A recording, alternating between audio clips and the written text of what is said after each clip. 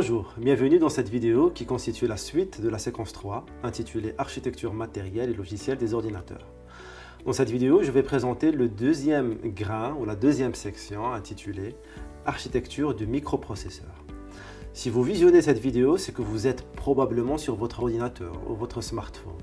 Comme vous le savez, ces dispositifs ont bouleversé notre existence. Mais savez-vous quel est le composant électronique central qui se cache derrière ces machines et qui permet leur fonctionnement?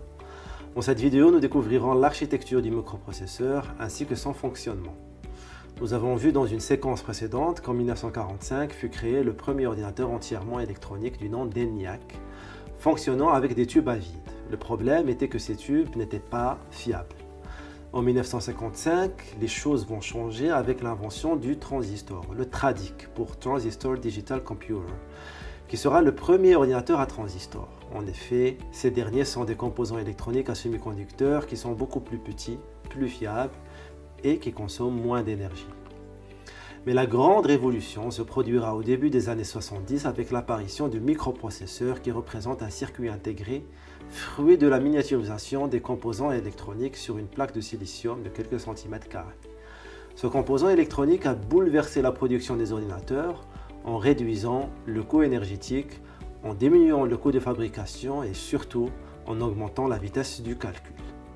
À l'origine, le circuit intégré a été créé en 1958 par Jack Kilby. Cet ingénieur en électronique avait pu câbler à la main plusieurs transistors permettant de réaliser des mémoires et des unités logiques et arithmétiques.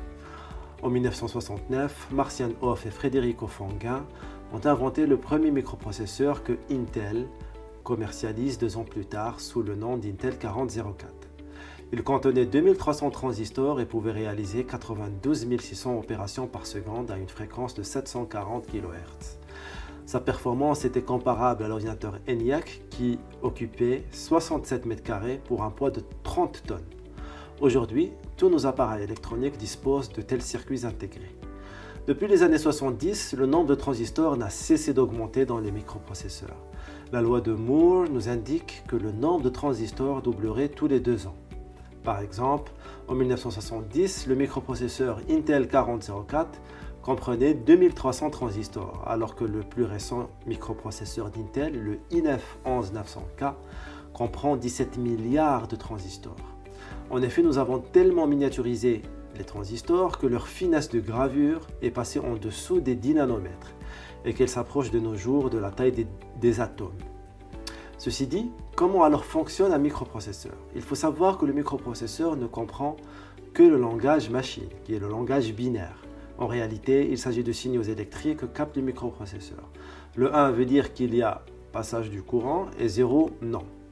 Mais il n'est pas pratique de communiquer avec le microprocesseur en utilisant le langage binaire. Pour remédier à ce problème, les scientifiques ont traduit le langage binaire en créant la table ASCII. Par exemple, la lettre A se traduit par une suite de 0 et de 1. La même chose pour la lettre B. La phrase Hello World, et oui, ça fait beaucoup de zéros. Grâce à cette table, la communication était devenue plus simple. Quant à l'architecture du processeur, nous ne pouvons l'aborder que si l'on aborde en premier lieu l'architecture du transistor, car en effet, un microprocesseur est un agencement de transistors. Le transistor se compose de 3 broches, le drain, la source et la grille. Il se comporte comme un interrupteur électrique commandé par la grille. Il existe 2 types, le NMOS qui laisse le courant en sortie si la grille est alimentée et le PMOS qui effectue l'inverse du NMOS. La combinaison de ces transistors permet de former des portes logiques. Et c'est grâce à ces portes logiques qu'on peut effectuer des calculs. Par exemple, la porte E qui prend en sortie la valeur 1 si seulement les 2 entrées valent 1. Si l'une des 2 entrées vaut 0, alors la sortie vaudra 0. Quant à la porte OU, qui est légèrement différente de la porte E, elle prend la valeur 1 si l'une des entrées vaut 1.